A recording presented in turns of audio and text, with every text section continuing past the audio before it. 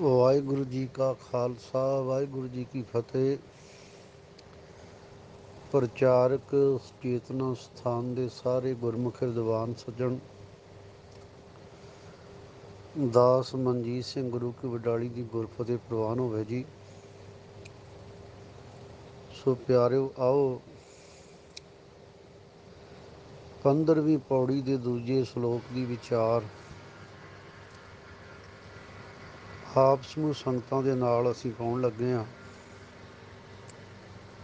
ਆਓ ਗੁਰਬਾਣੀ ਦੇ ਸ੍ਰੀ ਆਸਾ ਕੀ ਵਾਰ ਦੀ ਜੋ ਲੜੀਵਾਰ ਕਥਾ ਵਿਚਾਰ ਚੱਲ ਰਹੀ ਹੈ, ਆਓ ਸਰਵਣ ਕਰੀਏ ਜੀ। ਵਾਹਿਗੁਰੂ ਜੀ। ਜੇਤਾ ਸਮੁੰਦ ਸਾਗਰ ਨੀਰ ਭਰਿਆ, ਤੇਤੇ ਔਗੁਣ ਹਮਾਰੇ। ਦਇਆ ਕਰੋ ਕਿਛ ਮਿਹਰ ਪਾਵੋ, ਡੁੱਬਦੇ ਪੱਥਰ ਉਤਾਰੇ। ਜੀਅੜਾ ਅਗਨ ਬਰਾਬਰ ਤਪੈ, ਭੀਤਰ ਵਗੈ ਕਾਤੀ। ਪ੍ਰਾਣਵਤ ਨਾਨਕ ਹੁਕਮ ਪਛਾਣੈ, ਸੁਖ ਹੋਵੈ ਦਿਨ ਰਾਤੀ। ਮਹੱਲਾ ਪਹਿਲਾ। ਲੱਖ ਚੋਰੀਆਂ ਲੱਖ ਜ਼ਾਰੀਆਂ, ਲੱਖ ਕੂੜੀਆਂ ਲੱਖ ਗਾਲ।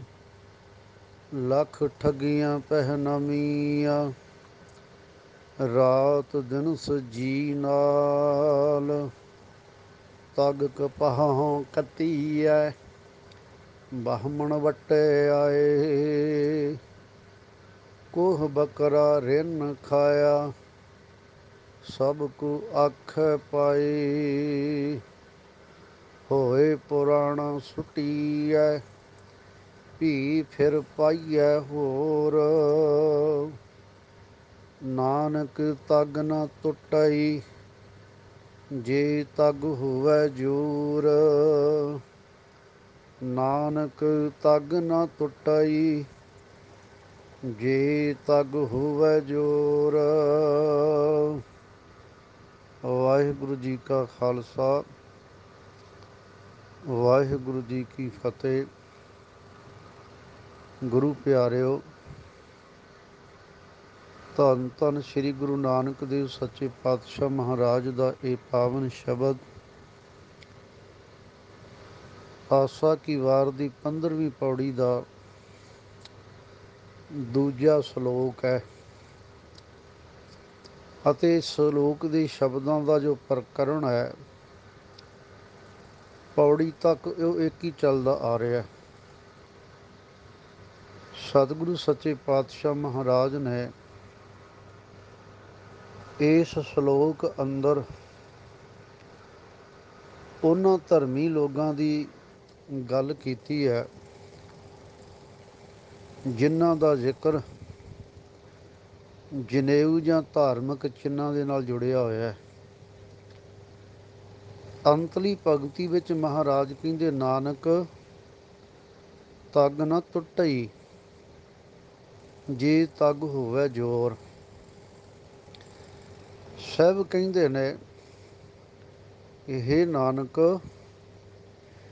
ਜੇ ਗਲ ਵਿੱਚ ਪਏ ਹੋਏ ਜਨੇਊ ਧਾਗੇ ਵਿੱਚ ਬਲ ਹੋਵੇ, ਜ਼ੋਰ ਹੋਵੇ, ਭਾਵ ਕਿ ਜੇ ਆਤਮਾ ਦੇ ਕੰਮ ਆਉਣ ਵਾਲਾ, ਆਤਮਾ ਨੂੰ ਬਲ ਦੇਣ ਵਾਲਾ, ਬਲਵਾਨ ਬਣਾਉਣ ਵਾਲਾ ਕੋਈ ਜਨੇਊ ਹੋਵੇ ਤਾਂ ਉਹ ਧਾਗਾ ਟੁੱਟਦਾ ਨਹੀਂ। ਹੁਣ ਇੱਥੇ ਸਵਾਲ ਇਹ ਹੈ, ਮਹਾਰਾਜ ਪਾਤਸ਼ਾਹ ਜੀ ਕਹਿੰਦੇ ਨੇ, ਲੋਕ ਧਾਰਮਿਕ ਜਗਤ ਅੰਦਰ, ਖਾਸ ਕਰਕੇ ਬ੍ਰਾਹਮਣਾਂ ਦੀ ਦੁਨੀਆ ਦੇ ਵਿੱਚ, ਹਿੰਦੂ ਧਰਮ ਦੇ ਵਿੱਚ ਬ੍ਰਾਹਮਣ ਨੂੰ ਅਧਿਕਾਰ ਹੈ ਸੂਤ ਦਾ ਜਨੇਊ ਪਾਉਣ ਦਾ, ਖੱਤਰੀ ਨੂੰ ਅਧਿਕਾਰ ਹੈ ਸਣ ਦਾ,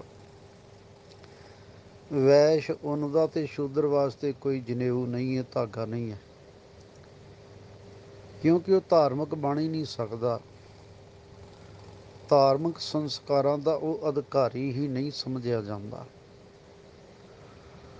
ਹੁਣ ਸਾਹਿਬ ਕਹਿੰਦੇ ਇਹ ਅਧਿਕਾਰ ਤੇ ਧਾਰਮਿਕ ਆਗੂ ਨੇ ਸੀਮਤ ਕਰ ਲਏ, ਰੱਖ ਲਏ, ਪਰ ਅਸਲ ਜਨੇਊ ਦਾ ਉਸਨੂੰ ਪਤਾ ਹੀ ਨਹੀਂ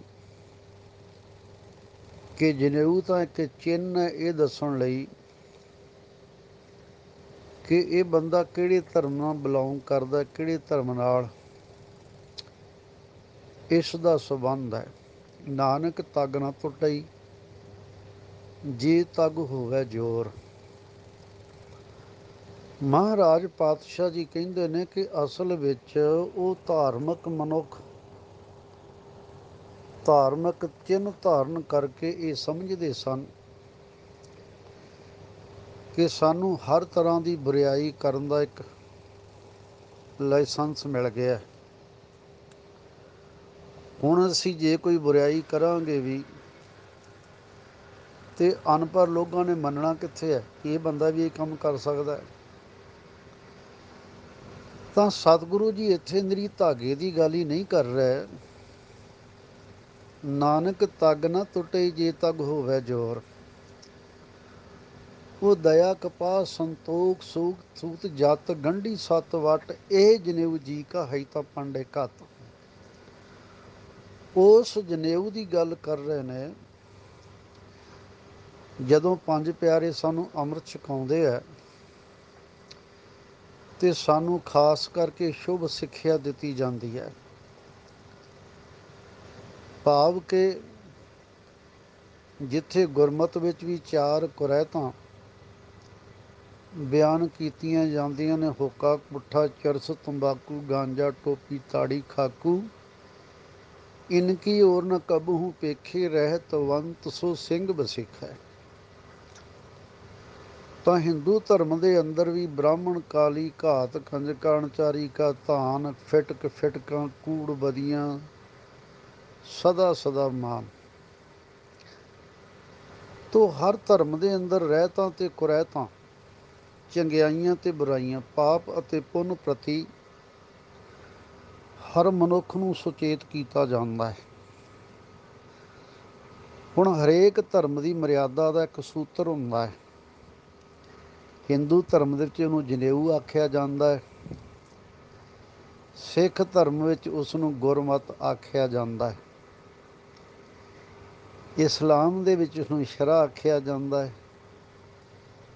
ਤੋ ਸਤਿਗੁਰੂ ਸੱਚੇ ਪਾਤਸ਼ਾਹ ਮਹਾਰਾਜ ਕਹਿੰਦੇ ਨੇ ਜਿਹੜੇ ਸੀਮਾ ਦਾ ਸੂਤਰ ਤੋੜਦੇ ਨੇ ਇਸ ਭੁਲੇਖੇ ਦੇ ਵਿੱਚ, ਸਾਹਿਬ ਕਹਿੰਦੇ ਉਹ ਸੂਤਰ ਟੁੱਟ ਕਿਵੇਂ ਗਿਆ। ਉਹ ਸੂਤਰ ਤੇ ਗਿਆਨ ਦਾ ਸੀ, ਟੁੱਟਣ ਵਾਲਾ ਨਹੀਂ ਸੀ। ਇਸ ਲਈ ਸਾਹਿਬ ਮਹਾਰਾਜ ਪਾਤਸ਼ਾਹ ਜੀ ਨੇ ਇੱਥੇ ਜ਼ਿਕਰ ਕੀਤਾ ਹੈ ਕਿ ਭਾਈ ਕੁਝ ਲੋਕ ਇਹ ਸਮਝਦੇ ਨੇ ਕਿ ਇਹ ਧਾਰਮਿਕ ਚਿੰਨ੍ਹ ਸਾਨੂੰ ਇੱਕ ਲਾਇਸੈਂਸ ਦੇ ਰੂਪ ਵਿੱਚ ਮਿਲ ਗਿਆ ਤੇ ਅਸੀਂ ਜੋ ਵੀ ਚਾਹੀਏ ਚੰਗੇ ਮੰਦੇ ਕਰਮ ਕਰ ਸਕਦੇ ਹਾਂ।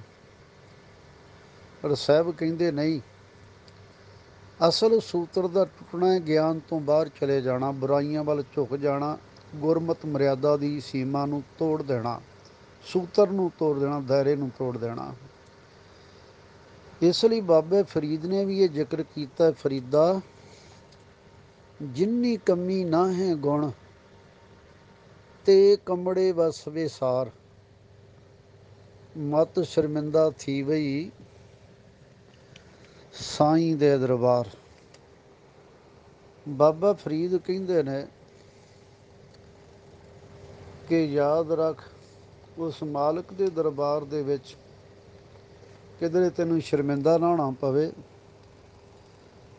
ਇਸ ਲਈ ਕਬੀਰ ਸਾਹਿਬ ਕਹਿੰਦੇ ਕਬੀਰ ਮਨ ਜਾਣੇ ਸਭ ਬਾਤ ਜਾਨਤ ਹੀ ਆਗਨ ਕਰੇ ਕਾਹੇ ਕੀ ਕੁਸਲਾਤ ਹਾਥ ਦੀਪ ਕੂਹੇ ਪਰੇ। ਮਹਾਰਾਜ ਕਹਿੰਦੇ ਨੇ ਹੱਥ ਵਿੱਚ ਦੀਵਾ ਲੈ ਕੇ ਗਿਆਨ ਨੂੰ ਜਾਣਦਾ ਹੋਇਆ ਵੀ ਮਨੁੱਖ ਫਿਰ ਵੀ ਅਜਿਹੀਆਂ ਗਲਤੀਆਂ ਕਰਦਾ ਹੈ ਤੇ ਕਸੂਰ ਦੇਵੇ ਦਾ ਨਹੀਂ ਹੈ।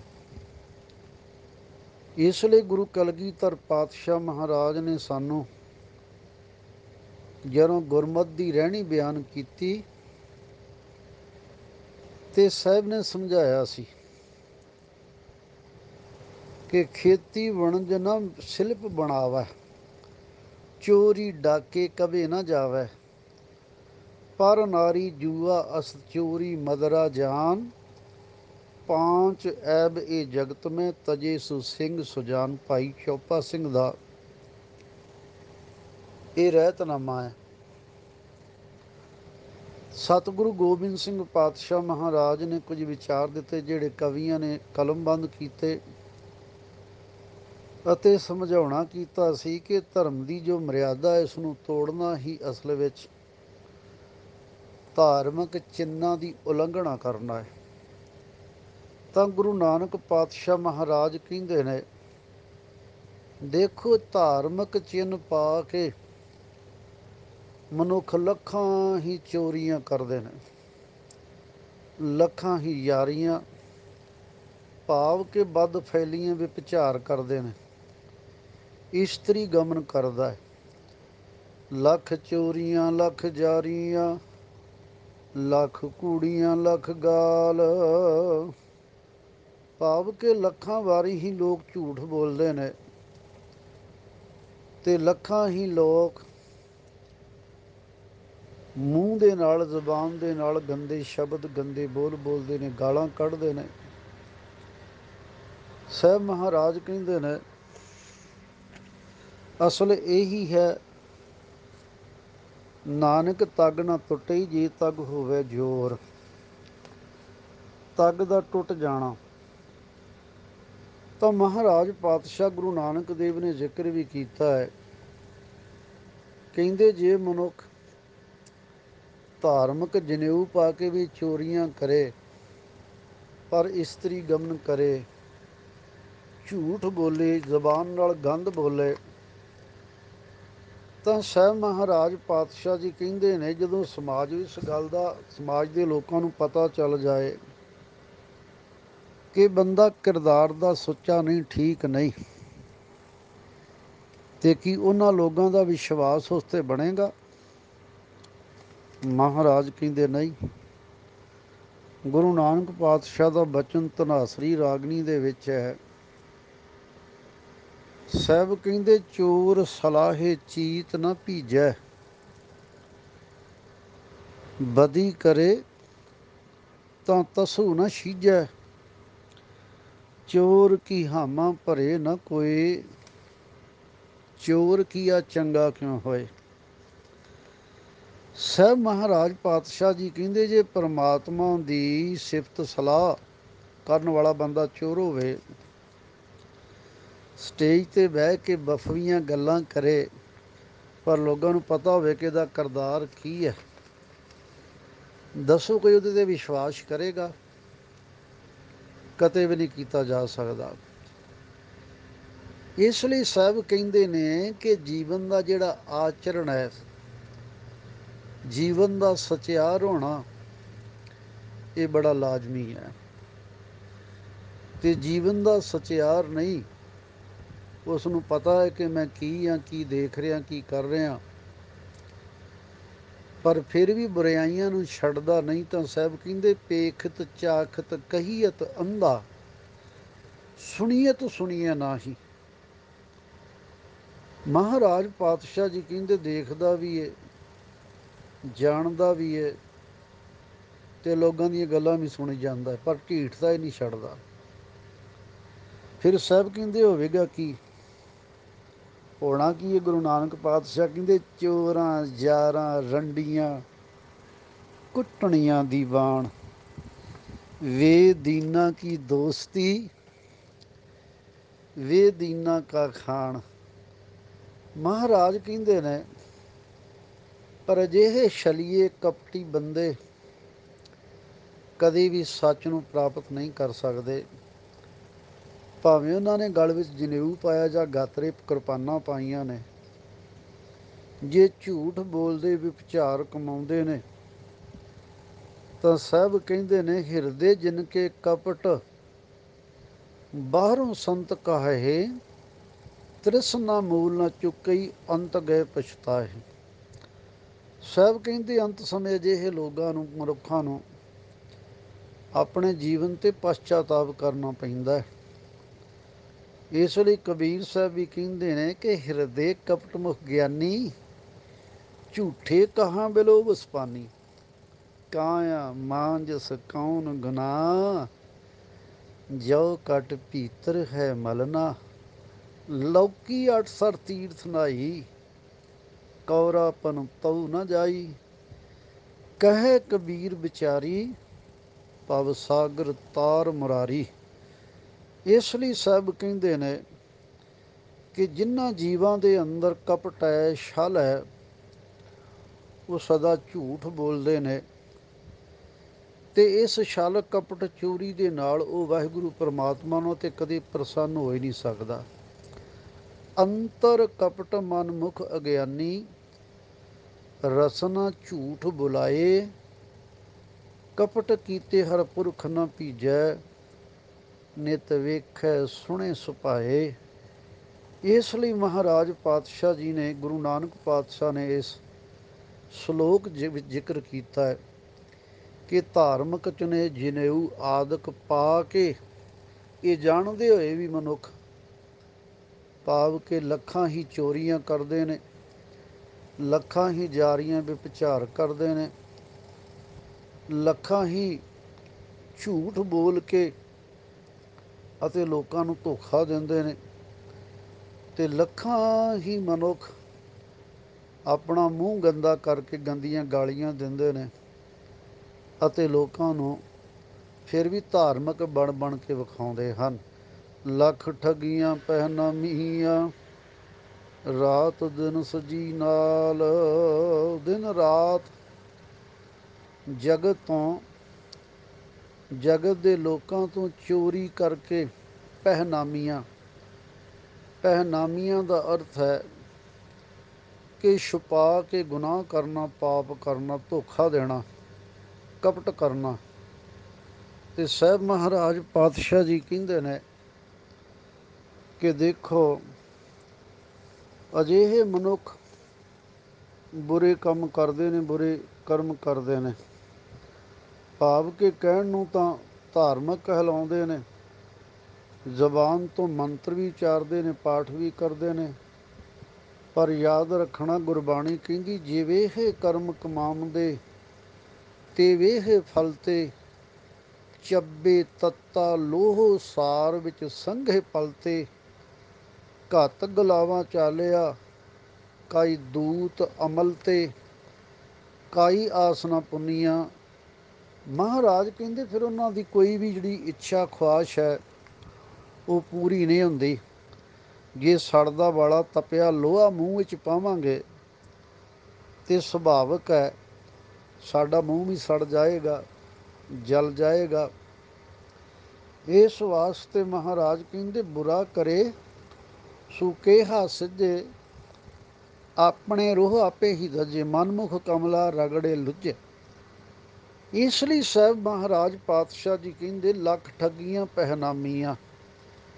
ਰਾਤ ਦਿਨ ਲੋਕਾਂ ਤੋਂ ਚੋਰੀ ਚੋਰੀ ਠੱਗੀਆਂ ਮਾਰਦਾ ਅਤੇ ਛੁਪਾ ਕੇ ਅਮਾਨਤ ਵਿੱਚ ਖਿਆਨ ਕਰਦਾ, ਪਾਪ ਕਰਦਾ। ਰਾਤ ਦਿਨ ਜੀਵਾਂ ਦੇ ਨਾਲ, ਸੰਸਾਰ ਨਾਲ ਇਹ ਠੱਗੀਆਂ ਮਾਰਦਾ ਰਹਿੰਦਾ ਹੈ। ਤਗ ਕਪਾਹੋਂ ਕੱਤੀ ਹੈ, ਬਾਹਮਣ ਵਟ ਆਏ। ਹੁਣ ਸਾਹਿਬ ਮਹਾਰਾਜ ਪਾਤਸ਼ਾਹ ਜੀ ਕਹਿੰਦੇ ਦੇਖੋ, ਜਦੋਂ ਬੱਚਾ 9 ਦਾ 11 ਦਾ ਜਾਂ 13 ਸਾਲ ਦਾ ਹੁੰਦਾ ਹੈ, ਬ੍ਰਾਹਮਣ ਦਾ ਭਾਵ ਕਿ 9 ਸਾਲ ਦਾ, ਖੱਤਰੀ ਦਾ 11 ਦਾ, ਵੈਸ਼ ਦਾ 13 ਦਾ, ਤੇਰਾ ਬ੍ਰਾਹਮਣ ਦਾ ਵਿਧਾਨ ਹੈ ਤੇ ਉਸ ਬੱਚੇ ਨੂੰ ਜਨੇਊ ਪਾਇਆ ਜਾਂਦਾ ਹੈ। ਤੇ ਜਨੇਊ ਪਾਉਣ ਸਮੇਂ ਪਿਛਲੇ ਰਿਵਾਜ ਅਨੁਸਾਰ ਰਿਸ਼ਤੇਦਾਰ, ਆਂਢੀ ਗੁਆਂਢੀ ਸੱਦੇ ਜਾਂਦੇ ਸਨ ਅਤੇ ਮਹਾਰਾਜ ਨੇ ਉਸ ਸਮੇਂ ਦੀ ਹਕੀਕਤ ਬਿਆਨ ਕੀਤੀ ਹੈ। ਫਿਰ ਬ੍ਰਾਹਮਣ ਨੂੰ ਬੁਲਾ ਕੇ ਖੂਹ ਦੇ ਮਣ ਦੇ ਕੰਢੇ 'ਤੇ ਬੈਠ ਕੇ ਉਹ ਜਨੇਊ ਨੂੰ ਵੱਟ ਚਾੜ੍ਹਦਾ ਕਪਾਹ ਦਾ ਰੂਈ, ਕਪਾਹ ਦੀ ਰੂਈ ਲੈ ਕੇ ਉਹਦਾ ਧਾਗਾ ਬਣਾਉਂਦਾ, ਫਿਰ ਉਹਨੂੰ ਵੱਟ ਚਾੜ੍ਹਦਾ। 13 ਧਾਗਾ ਕਰਕੇ ਉਹਦਾ ਜਨੇਊ ਤਿਆਰ ਕਰ ਲੈਂਦਾ। ਤਾਂ ਮਹਾਰਾਜ ਕਹਿੰਦੇ ਤੱਗ ਕਪਾਹੋਂ ਕੱਤੀ ਹੈ। ਉਹ ਜਿਹੜਾ ਜਨੇਊ ਹੈ ਕਪਾਹ ਤੋਂ ਧਾਗਾ ਬਣਦਾ, ਕੱਤਿਆ ਜਾਂਦਾ ਹੈ, ਤੇ ਬਾਹਮਣ ਖੂਹ ਦੇ ਮਣ ਤੇ ਬੈਠ ਕੇ ਵੱਟ ਚਾੜ੍ਹਦਾ।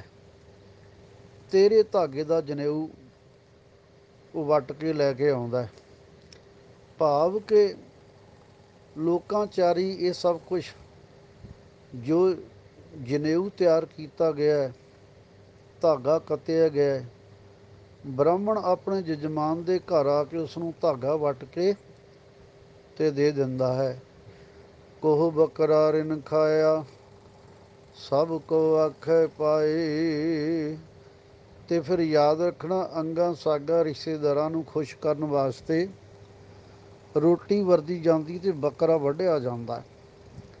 ਬੱਕਰੇ ਦਾ ਮਾਸ, ਮੀਟ ਰਿੰਨ ਕੇ ਲੋਕਾਂ ਨੂੰ ਖਵਾਇਆ ਜਾਂਦਾ ਹੈ। ਲੋਕਾਂ ਦੀ ਵਾਹ ਵਾਹ ਲਈ ਜਾਂਦੀ ਹੈ ਤੇ ਆਪਸ ਵਿੱਚ ਗੱਲਾਂ ਕਰਦੇ ਨੇ, ਵਾਹ ਭਾਈ ਕਿਆ ਇਹਨਾਂ ਨੇ ਆਪਣੇ ਕਾਕੇ ਨੂੰ ਜਨੇਊ ਪਵਾਇਆ।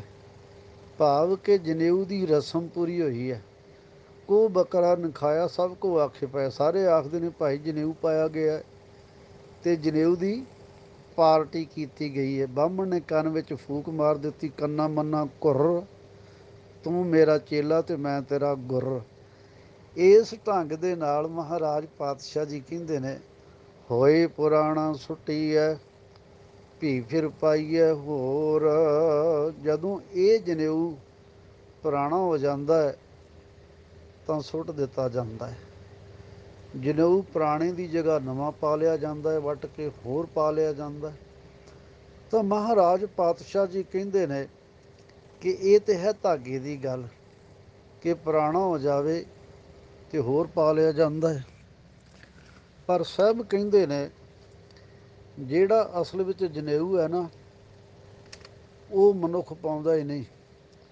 ਸਾਹਿਬ ਕਹਿੰਦੇ ਕਾਇਆ ਬ੍ਰਹਮਾ ਮਨ ਹੈ ਧੋਤੀ, ਗਿਆਨ ਜਨੇਊ ਧਿਆਨ ਕੁਸ ਪਾਤੀ। ਹਰ ਨਾਮਾ ਜਸ ਜਾਚੂ ਨਾਉ। ਮਹਾਰਾਜ ਪਾਤਸ਼ਾਹ ਜੀ ਕਹਿੰਦੇ ਨੇ ਕਿ ਦਇਆ ਕਪਾਹ ਸੰਤੋਖ ਸੂਤ ਜਤ ਗੰਢੀ ਸਤ ਵਟ। ਇਹ ਜਨੇਊ ਜੀ ਕਾ ਹੈ ਹੀ ਤਾਂ ਪਾਂਡੇ ਘਤ। ਭਾਵ ਕਿ ਨਾਮਲ ਨਾ, ਮਹਾਰਾਜ ਪਾਤਸ਼ਾਹ ਕਹਿੰਦੇ ਨੇ ਕਿ ਉਹ ਜਨੇਊ ਨਾ ਹੀ ਉਸਨੂੰ ਪੁਰਾਣਾ ਹੁੰਦਾ, ਨਾ ਮਲ ਲੱਗਦੀ ਹੈ, ਨਾ ਸੜਦਾ ਹੈ, ਨਾ ਸੁੱਟਣਾ ਪੈਂਦਾ। ਇਸ ਲਈ ਇਹ ਜਨੇਊ ਤੋਂ ਹੋਏ ਪੁਰਾਣਾ ਸੁੱਟੀਏ ਭੀ ਵੀਰ ਪਾਈਏ ਹੋਰ। ਪੁਰਾਣਾ ਹੋ ਗਿਆ ਲਾ ਕੇ ਸੁੱਟ ਦਿੱਤਾ ਜਾਂ ਡਿੱਗ ਪਿਆ, ਫਿਰ ਹੋਰ ਪਾ ਲਿਆ ਜਾਂਦਾ। ਨਾਨਕ ਤੱਗ ਨਾ ਟੁੱਟੇ ਜੇ ਤੱਗ ਹੋਵੇ ਜ਼ੋਰ। ਭਾਵ ਕਿ ਜੇ ਜ਼ਮੀਰ ਦੇ ਵਿੱਚ ਬਲ ਹੋਵੇ, ਗੁਰੂ ਦੀ ਮਰਿਆਦਾ ਗੁਰਮਤਿ ਤੇ ਪਰਪੱਕਤਾ ਜੀਵਨ ਵਿੱਚ ਹੋਵੇ, ਫਿਰ ਉਹ ਕਿਰਪਾਨ ਜਾਂ ਜਨੇਊ ਗਲੋਂ ਲੈ ਵੀ ਜਾਵੇ ਤੇ ਯਾਦ ਰੱਖਣਾ ਜਿਹੜਾ ਅੰਦਰ ਦਾ ਗੁਰੂ ਦੇ ਗਿਆਨ ਦਾ ਬਲਸ਼ਾਲੀ ਜਨੇਊ ਹੈ, ਉਹ ਡੋਲਣ ਨਹੀਂ ਦਿੰਦਾ। ਉਹ ਚੋਰੀਆਂ ਯਾਰੀਆਂ ਵੱਲ ਜਾਣ ਨਹੀਂ ਦਿੰਦਾ, ਬੁਰਾਈਆਂ ਨਹੀਂ ਕਰਨ ਦਿੰਦਾ। ਇਸ ਵਾਸਤੇ ਮਹਾਰਾਜ ਪਾਤਸ਼ਾਹ ਜੀ ਕਹਿੰਦੇ ਨੇ ਨਾਨਕ ਤੱਗ ਨਾ ਟੁੱਟਈ ਜੇ ਤੱਗ ਹੋਵੇ ਜ਼ੋਰ। ਸਾਹਿਬ ਜੀ ਕਹਿੰਦੇ ਫਿਰ ਉਹ ਜਿਹੜਾ ਜਨੇਊ ਹੈ ਨਾ, ਉਹ ਟੁੱਟਦਾ ਨਹੀਂ, ਗੁਆਚਦਾ ਨਹੀਂ। ਜੇ ਜਨੇਊ ਵਿੱਚ ਜ਼ੋਰ ਹੋਵੇ, ਬਲ ਹੋਵੇ, ਉਹ ਗਵਾਚਣ ਵਾਲਾ ਨਹੀਂ ਹੈ। ਗਿਆਨ ਗੁਰੂ ਆਤਮ ਉਪਦੇਸੋ, ਨਾਮ ਵਿਭੂਤ ਲਗਾਵੋ। ਇਸ ਲਈ ਮਹਾਰਾਜ ਪਾਤਸ਼ਾਹ ਜੀ ਕਹਿੰਦੇ ਨੇ ਕਿ ਜੀਵ ਕਪਟ ਛੱਡ ਦੇਵੇ, ਧਾਰਮਿਕ ਚਿੰਨ੍ਹ ਪਹਿਨ ਕੇ ਵੀ ਜੀਓ ਮੈਲੇ ਬਾਹਰੋਂ ਨਿਰਮਲ। ਬਾਹਰੋਂ ਨਿਰਮਲ ਜੀਓ ਤਾਂ ਮੈਲੇ, ਤਿਨੀ ਜਨਮ ਜੂਏ ਹਾਰਿਆ। ਇਹ ਤ੍ਰਿਸ਼ਨਾ ਵੱਡਾ ਰੋਗ ਲੱਗਾ, ਮਰਨ ਮਨ ਵਿਸਾਰਿਆ। ਤਾਂ ਸਾਹਿਬ ਮਹਾਰਾਜ ਪਾਤਸ਼ਾਹ ਜੀ ਕਹਿੰਦੇ ਦੋ ਦਿਲ ਮੈਂ ਕਪਟ ਨਿਵਾਜ ਗੁਜ਼ਾਰੋ, ਕਿਆ ਹਜ ਕਾਬੇ ਜਾਇਆ। ਕੂੜ ਕਪਟਕ ਨਹੀਂ ਨਾ ਪਾਇਓ, ਜੋ ਬੀਜੇ ਖਾਵੇ ਸੋਏ। ਸਤਿਗੁਰੂ ਨਾਨਕ ਪਾਤਸ਼ਾਹ ਮਹਾਰਾਜ ਨੇ ਇਸ ਸ਼ਬਦ ਅੰਦਰ ਸਾਨੂੰ ਇਹ ਮੈਸੇਜ ਦਿੱਤਾ ਹੈ ਕਿ ਇਹ ਭਾਈ, ਜੇ ਮਨ ਵਿੱਚ ਗੁਰਮੁਖ ਦੀ ਪਰਪੱਕਤਾ ਟਿਕ ਜਾਵੇ, ਗੁਰੂ ਦਾ ਸ਼ਬਦ ਟਿਕ ਜਾਵੇ, ਤੇ ਮਨੁੱਖ ਫਿਰ ਚੋਰੀਆਂ ਵਿੱਚ, ਬੁਰਾਈਆਂ ਦੇ ਵਿੱਚ, ਜਿਸਮ ਫਰੋਸ਼ੀਆਂ ਦੇ ਵਿੱਚ, ਗੰਦੀਆਂ ਗਾਲਾਂ ਦੇ ਵਿੱਚ, ਹੋਰ ਤਰ੍ਹਾਂ ਦੇ ਪਾਪਾਂ ਵਿੱਚ ਪ੍ਰਵਿਰਤ ਨਹੀਂ ਹੁੰਦਾ। ਇਸ ਲਈ ਆਓ, ਨਾਨਕ ਤਗ ਨਾ ਟੁੱਟਈ, ਜੇ ਤਗ ਹੋਵੇ ਜ਼ੋਰ। ਇਸ ਲਈ ਜੇ ਇਹ ਗੱਲ ਬ੍ਰਾਹਮਣ ਨੂੰ ਮਹਾਰਾਜ ਗੁਰੂ ਨਾਨਕ ਪਾਤਸ਼ਾਹ ਕਹਿ ਰਹੇ ਨੇ, ਤੇ ਇਹ ਗੁਰਬਾਣੀ ਮਾਨਵਤਾ ਦੇ ਵਾਸਤੇ ਹੈ, ਤੇ ਮਾਨਵਤਾ ਦੇ ਵਿੱਚ ਅਸੀਂ ਵੀ ਆਉਂਦੇ ਹਾਂ। ਸਾਨੂੰ ਵੀ ਇਹਨਾਂ ਗੱਲਾਂ ਦਾ ਧਿਆਨ ਰੱਖਣਾ ਪਵੇਗਾ। ਸਤਿਗੁਰੂ ਜੀ ਰਹਿਮਤ ਕਰਨ, ਭੁੱਲਾਂ ਚੁੱਕਾਂ ਦੀ ਖਿਮਾ। ਸਾਰੇ ਗੁਰਮੁਖ ਵਿਦਵਾਨਾਂ ਦਾ ਬਹੁਤ ਬਹੁਤ ਧੰਨਵਾਦ। ਮੇਰੀਆਂ ਭੁੱਲਾਂ ਮੇਰੀ ਝੋਲੀ ਵਿੱਚ। ਚੰਗਾ ਕੋਈ ਬੋਲ ਆਪ ਜੀ ਨੂੰ ਪਸੰਦ ਆਵੇ ਤੇ ਦਾਸ ਆਪ ਜੀ ਦਾ ਧੰਨਵਾਦੀ ਹੋਵੇਗਾ। ਫਤਿਹ ਦੀ ਸਾਂਝ ਪਾਓ ਦਾਸ ਮਨਜੀਤ ਸਿੰਘ ਗੁਰੂ ਕੀ ਬਡਾਲੀ। ਵਾਹਿਗੁਰੂ ਜੀ ਕਾ ਖਾਲਸਾ, ਵਾਹਿਗੁਰੂ ਜੀ ਕੀ ਫਤਿਹ।